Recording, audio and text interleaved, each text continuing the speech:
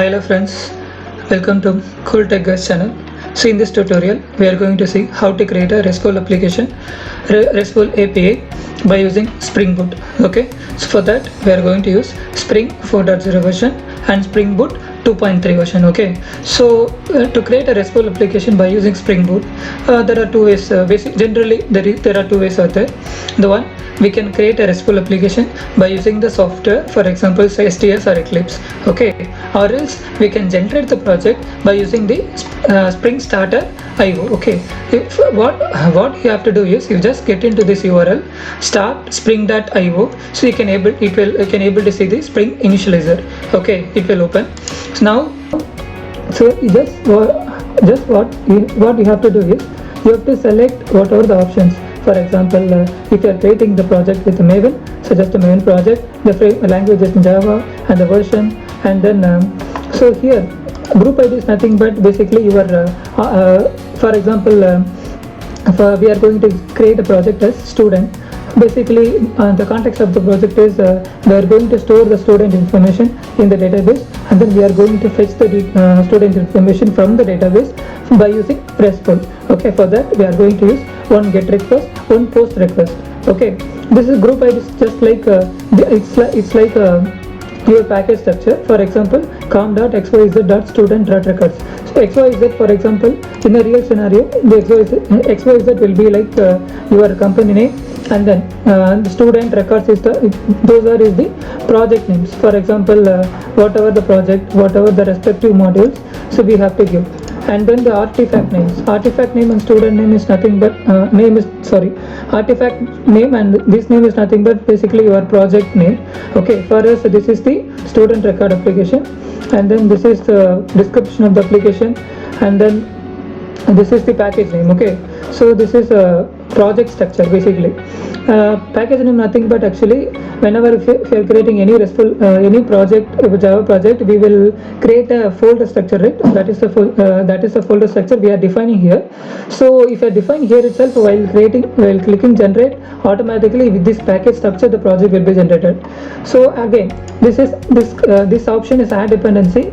It's based on our requirement, whatever the dependency we are going to use, whatever the options requirement which we have, based on that we have to select the respective dependencies. For example, while for creating RESTful application, it's not like we have to use only Spring Boot framework. In Spring Boot also it's a RESTful inbuilt framework is there, that is nothing but Spring Web. And the same like we can create RESTful application by using another frameworks also. For example, JC also it's a framework which is provided by JAX-RS. We can select the JC. It's up to us which dependency we have to use. Okay, so now for our development for this project, our requirement is we are planning to create a RESTful API. That RESTful API responsibility is store the data in the database and then fetch the data from the database. Okay, for that what are the dependencies which we are planning to use H2 database. Why H2 database means this is inbuilt. We have to define the dependency while the server startup is happening. H2 instance will be generated, and then we can store the data in the respective instance. Those things while creating the project we'll come to know. Okay, but those configurations we are going to store in the application properties. Okay, so let's discuss later about this S2 database and the configurations. This is a Spring Data JPA. So again, so for storing the data in the database, we have multiple frameworks. Okay, so we have a JPA framework, we have a JDBC framework. So for now, we are planning to use create this project with the JPA. In further videos, we will proceed with JDBC, and then whatever the available options which is there, we'll just check it out. Okay.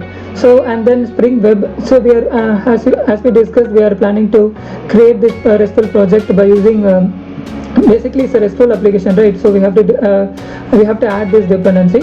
Okay, and then it is providing embedded Apache Tomcat server. Okay, in the traditional dynamic web projects, so what we have to do is we have to generate the project as a dynamic web project, and then we have to deploy the project in the Apache Tomcat externally. But in case of Spring Boot, this is Tomcat itself embedded in the Spring Boot application itself by using the dependency. Okay, this is all about the introduction. Just we'll start writing the program. For that we have to generate this project. So once you clicking the generate option, the project will be downloaded in the downloads folder. Just we will move it to the respective location. So yeah, tutorial, just unzip the file. Okay, so now our project is generated. You just import this project in our STS software. For that you have to just click file, go to the import, and then in the import, so we have a Maven project. Okay, now because we have generated this project with the Maven build, so just clicking this, so we are importing the project with the Maven, and just browse, it will pick the respective pom.xml. Just finish. Okay, so now you can able to see the project is imported. So but actually I already tried this project, imported similar kind of the project many times. That is the reason there is no dependencies downloaded. But in a real time, what will happen, whenever if you are creating the project newly, all the respective dependencies will be downloaded as first, and then once the dependency everything is downloaded, then only you can proceed with the code changes. Okay, now you can ask me one doubt, like where the dependencies will be downloaded. The dependency downloading location is configurable. Okay, for that you just go to Windows. Okay, and then just go to the option as Maven. In the Maven, you can able to see the option is user settings. Okay, now in the user settings you can able to see the path. See users, the respective location. So basically this is M2 location. Okay, in your mission, under user ID, M2 folder will be generated. Under that, repository folder will be there. In the repository folder, you can able to see the respective dependencies. Let me show you the dependency location for you. So here all the jars will be downloaded. Okay, so basically the advantages of Maven, the Spring Boot itself. So in a traditional dynamic project, we have to import all the jar files in the inside of the application lib folder. Okay, so but the problem with what will happen is, so each and every jar file, it will have unique dependency. Okay, basically it's like a parent-child combination. So in a real time, what will happen if you forget to add any one dependency, or because of one jar, another jar conflict will happen. Okay, but in the case of Maven, so if you are defining the dependency, it will download all the respective internal dependent jar files in the repo. While creating the jar, while building the project as a jar or a war file, all the dependencies will be imported, and then your respective jar file will be generated. Once a jar file is generated, we can call this project as a microservice also. Okay, so we'll just create the project. So now the initial at Spring Boot application annotation, this class files will be generated by the Spring Boot starter initializer itself. So now you can start this project basically this without doing any changes. Okay, but let me quickly show you. Okay, why I'm doing this, why I'm changing the port is, actually whenever the new project is generated, if you try to start the application, what will happen, it will run with default port 8080, but in my machine 8080 is already engaged, so I'm just changing the port in the application properties. Instead of application properties, you can use a YAML file also. Let me quickly start this application. Just right click, just run as Spring Boot starter web. Okay, so now the project is started. So yeah, you can able to see that the project is running with the embedded Tomcat. The port is 9090. Okay, so now so our agenda is we have to create a RESTful application. So let's proceed with creating the RESTful application. Okay, so for that, what we have to do, just click on this record. So just go to the package structure. So under this record, we are planning to create this project as a very generic one. I mean the package structure and everything. So it should be like a controller, service, and model,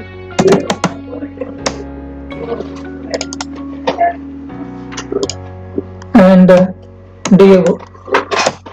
Okay, so we have under this controller, we have to create a class file, controller class file. So the controller class file is student record controller. Okay, so just click generate comments is if that is an option.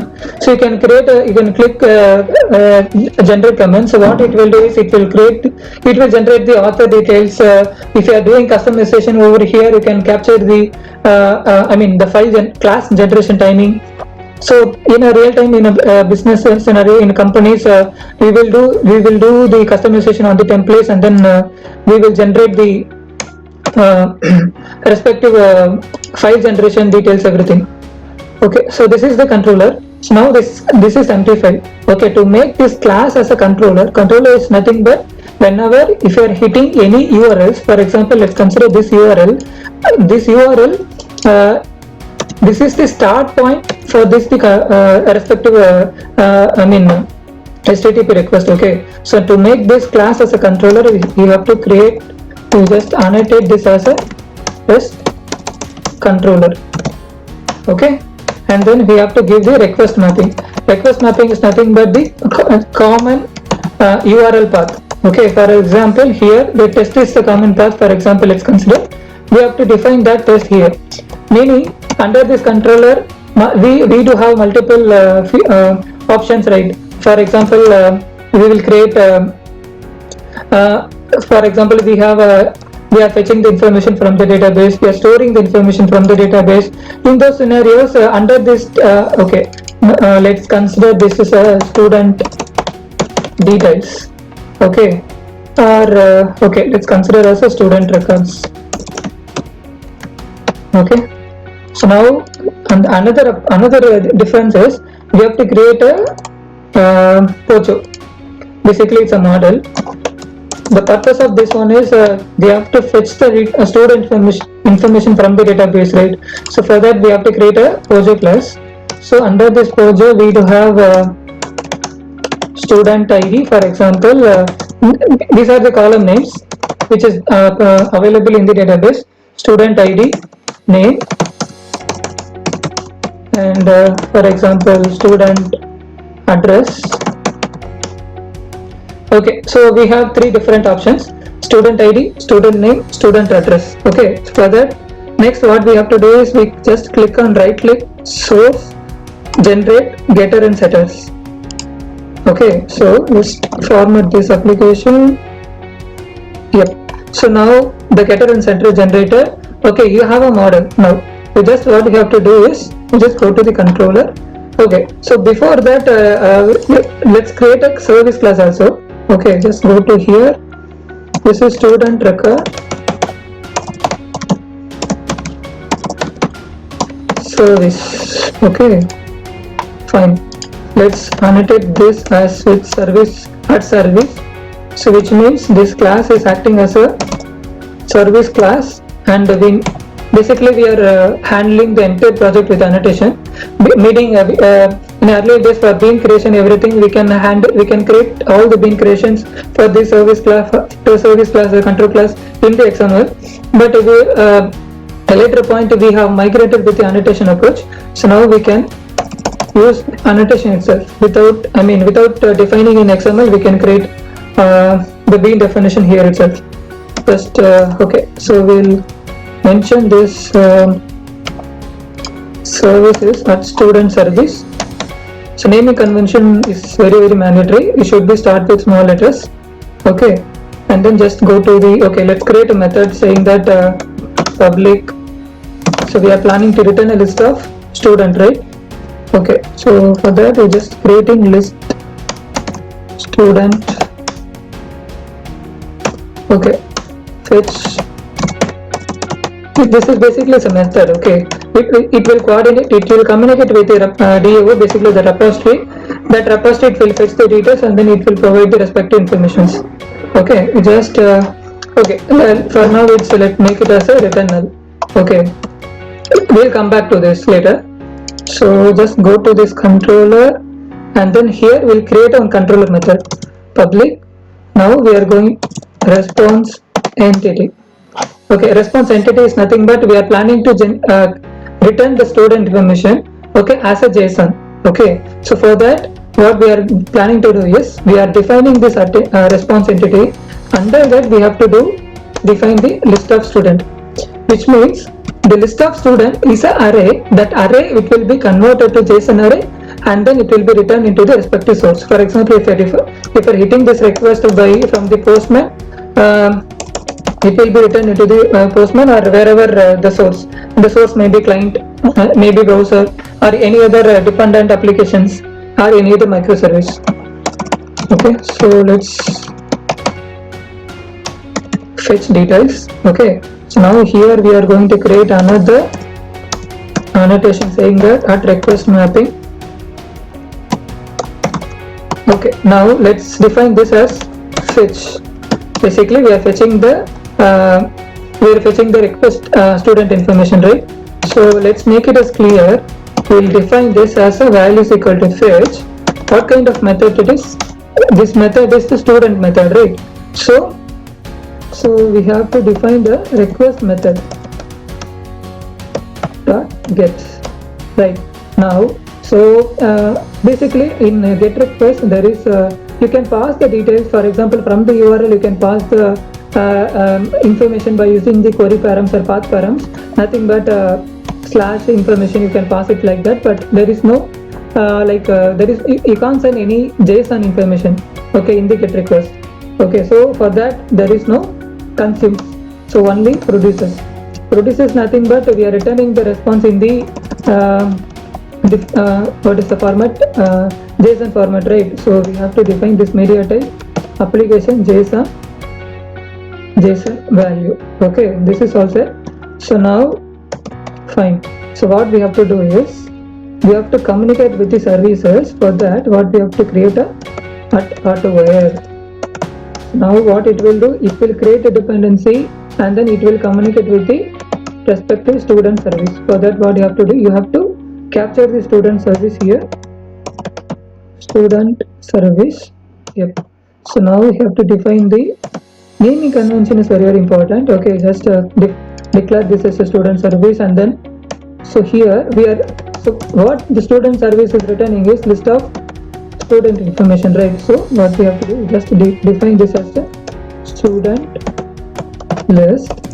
Okay, and just click this. Basically by using this dependency we are calling the service class. Okay, done.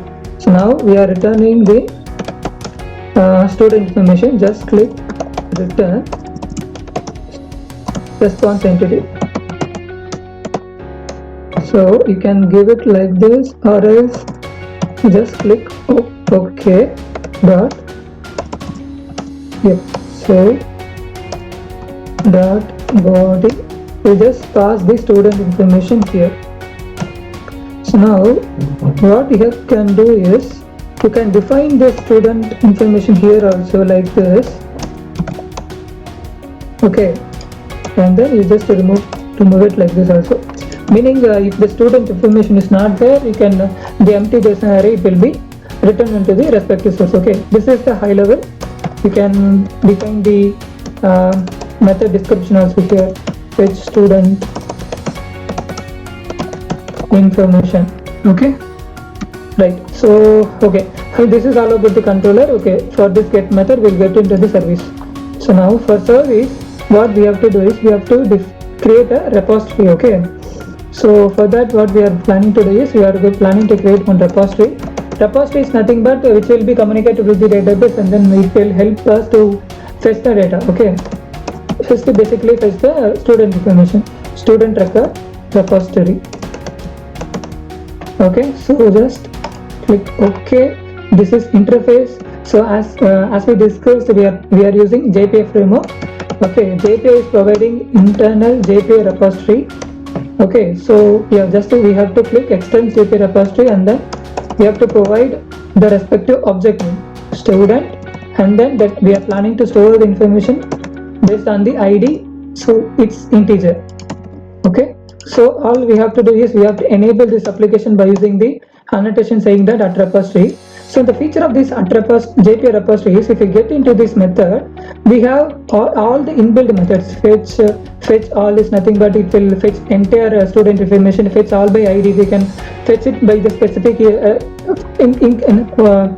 specific in params. For example, based on the ID we can fetch the details. We can store the entire save all is nothing but we can store the list of student details. The same like we have multiple, we can delete the information. Basically the default options, default methods are provided by JPA, and of course you can do customization also. If you want to create any custom methods also you can able to do here. So now for now we just extend here. We are planning to use with using the inbuilt methods. Okay, right. So now what we have to do is we need to auto while this repository method. Okay, so student record repository. Okay, yep. So you just created like this. Now what we have to do is just click this list student. Basically what we are doing is we are fetching the information from the database. No, just to find out. This is the inbuilt method. Okay, just click on this. Also you can able to see this is going inside of the JPA repository. Okay, we have extended the JPA repository by using this interface. We can able to access all the inbuilt methods now. Okay, so now we have the list of student information but here, and then just we can return this list. Can define also fetch student information. Basically we are providing the short description about this method. Whenever somebody is checking this code, it will be it will help them to understand the source code. Okay, so now fine. So now we have defined the repository, we have defined the controller, we have defined the services method. So yeah, so all set. So what we can do is we can try one real-time sample by running this project. Just we can extend this also, because it will while returning it from the find all method, what it will be, it will be in object state. We are casting it to list of student and then we are sending back. Okay, so now another thing we have to do is we have to go to inside of the method student. Now this is just a model. Okay, just a POJO. Now if you want to store information in the database, what we have to do is we have to make this model into an entity. Okay, entity is nothing but this is the class file where we will define all the table name and column name details. Okay, for example, yeah. So for example, our table name is student, but in the real scenario, the table name can be anything. Okay, so for example, these are the parameters which is defined based on the request parameters. Okay, but the table name is different. In that case, what you can do is you can define this just with column. Okay, for example, you have to annotate this with just a column. Go inside names equal to what is the column name. For example, let's say for us the column name is student underscore name. Okay, similar kind of this. For this also it is like address, student address. So at ID, at generated, you can give it like this, a generated value, or else this is also optional only.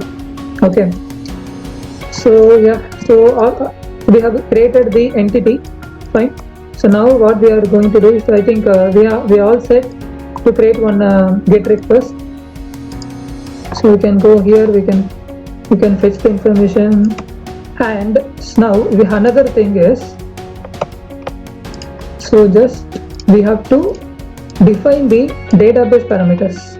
Okay, so now just we have to, so basically what we are doing is we are using the S2 database. Okay, so for that we have to define the S2 configurations. For example, what is the driver, so what is the username and password. So the dependency perspective we have added in the pom.xml, that is we have done. Okay, so the similar kind of thing we have to add these configurations also. And basically if you are defining the username and password here in the console, if you are trying to open the console also, we have to use the same password credential. And why we are defining these things here is in a real time, if you want to change the database from H2 to any other database, for example MySQL, we can change the configuration here itself. Okay, now so we are all set with the fetch information. But if you are hitting the fetch, now what will we get is we will get just empty data. because there is no data is inserted. Okay, because whenever if you are running this application, that time itself h2 instance will be generated, and then the table will be empty. Okay, we have to store the data, and then only we can fetch the information from that. Okay, and one small correction, response body. Yeah, so we can create one more method saying that for post, just we will post information, and then we'll try to fetch the data from that method. Okay, so request body, basically we are basically about the post method. Okay, we can send a JSON request from the postman, or like a Swagger, or a respective source, wherever it is sending, or else let's consider two microservice communicating. One microservice posting the JSON. Okay, the consumer microservice is receiving the JSON, and then it will start its process, and then it will give the respective results. Basically, in the post method you can pass the request. It's not like you have to use JSON. You can send the respective input by the string. You can send it as a XML. So up to us, it's up to our requirement. Okay, so now we have defined as a student. Basically we are passing we are planning to send the student information. Okay, so for that what we have to do is we have to add the consumes. Basically what we discussed. Now we are planning to send a JSON. Okay, now here consumes nothing but whatever the format which is coming from the source. For example, let's say we are sending this JSON. Okay, this is the consume, this is the source. Okay, meaning this method is receiving the request by using JSON method, and then it is returning the response by using the JSON method. Okay, for example, if you define this list of student, what will happen? This method, what it will do, it will return the response as a JSON array. Okay, let's do some customization on it. For example, this is the save method. Save, we'll change the method. Sorry, yep. So just we'll change the method name also, save details or store details, whatever it is, and then just we are planning to store the information. That's it. So we no need to return any details here. Okay, so before that what we can do is we have to define one more method here just to store the information. Okay, so this method, what it is not going to return any information, but in real time if you are storing the information in the database, and then based on the respective results you can also build a generic response, and then you can return into the respective source. It's all like based on our requirement only. Just click save details, and then just I don't want any return type, just save. Okay, now here we need to pass the student object. Okay, basically we are storing the student information, right? So we have to pass the student. That's it. Okay, so this method, what it will do is it will communicate with the internal CRUD repository method, and then it will store the information in the database. How it is happening? Because in the repository, okay, so we have defined the input object as a student. Okay, what will happen? This student object, this pose, it will act as entity, and then it will store the information in the database. Okay, meaning okay, let me explain a little more clear. So whenever if you are hitting the JSON, for example ID, name and salary, so what will happen? It will come to this method, and then the field mapping it will happen. Okay, based on the ID, name and address, the respective field it will be mapped into the POJO, and then now in this POJO all the details will be stored. Okay, that details it will be sent to this method, and then if you are clicking save, what will happen? Based on the respective field names, for example, now we have ID, name and address, we have a value. That value it will be stored into the respective column names by using the JPA. Okay, I think I hope you understand. So let's save this information, student details. Okay, right, stored. So now just we are planning to return just one acknowledgement message like successfully stored. Okay, we are not written any POJO for JSON here. Successfully stored, that's it. Our student information is successfully stored, so something like that. So now here the return type is not a student, return type is a string. So it's all set.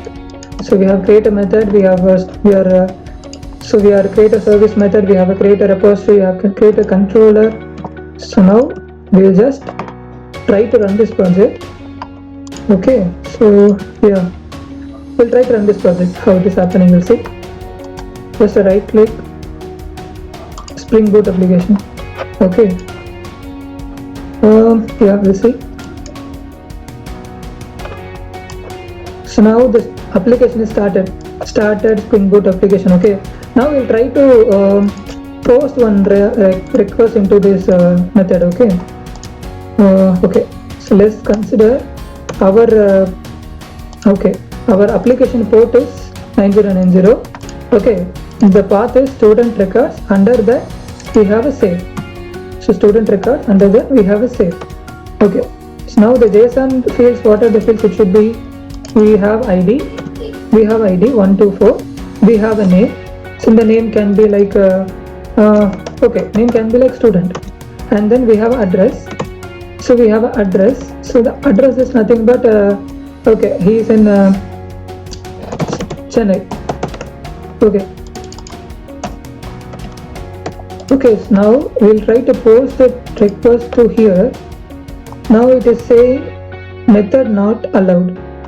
Okay, let's see what is the problem.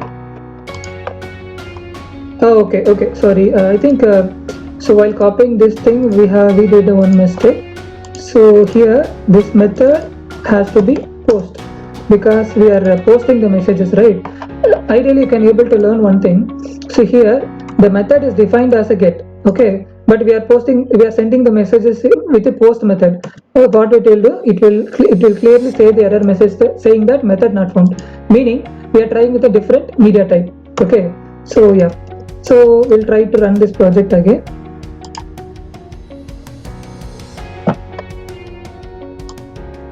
It started. Okay, we'll just run this project. Okay, we can see successfully stored. Okay, meaning it is what the request which you sent, it's stored in the database. Okay, so the respective acknowledgement message which we define here, successfully stored, it is written. So now we can able to verify this thing. For that, what you have to do is you have to log in the H2 console. Okay, so for that, okay, what you can do is you just go to the H2 console. This port should be like this, IP port should be like your application port, which is running in the Spring Boot application, because this entire H2 instance is based on your application only. Okay, just click on this. It is saying 9090 H2 console is not available. Okay, fine. So that is another correction is there. Just stop this project. To open this H2 console, what we have to do is we have to enable the H2 console in the application properties. Okay, so basically we are passing, we are saying H2 console enable to the Spring Boot, so that it will provide the respective access. So now we'll try to run this project again.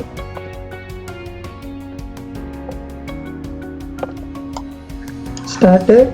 Okay, so let's try to open this again. So yeah, now it is open. Okay, so just to provide the password, just to log in. The password is which is configured in the application properties. Okay, you can able to see. So now the advantage of JPI is whenever the H2 instance is created, whatever the entity is defined, okay, automatically the JPI it will generate the table name. I mean, basically it will generate the tables. For example, here first student is the table name, right? So the table student is created in the H2 instance. We can able to see ID, student address, student name. Okay, now we can able to see the data. Just select that, just run. Okay, so now why the data is not there is we have restarted again just to enable the H2 console. So now we have to try again. Just send, data is stored. Just we'll try to run again. So now the data is stored. Okay, 124 Chennai student. So now we'll try to store another data. For example, student 1 Chennai 1 store. Just run it. the data is stored. Okay, so we have successfully stored the data in the database by using JPA. We'll try to fetch the information by using JPA as well. For that, what we have to do is we just change this method to get and then just change it to fetch. Okay, fine. So now we have stored information and then we have retrieved the data from the database as well. Okay, what is happening? Whenever clicking the student and fetch, the request is going to the controller. Okay, the controller. So sorry guys, let me push into here. Yeah. So controller, what is happening? It is checking the student records and fetch that is the URL path. So student records is matched and then it is navigating into the fetch method and then it is going into the fetch method and then it is fetching the student information and then we are returning back as a JSON structure. That's a JSON array structure. Okay, so I hope you guys understand this tutorial. So in the next tutorial we'll see how two microservices, basically two Spring Boot applications, communicating each other by using JDBC template. Okay, so thanks for watching this videos guys. So we'll see you next video. Bye.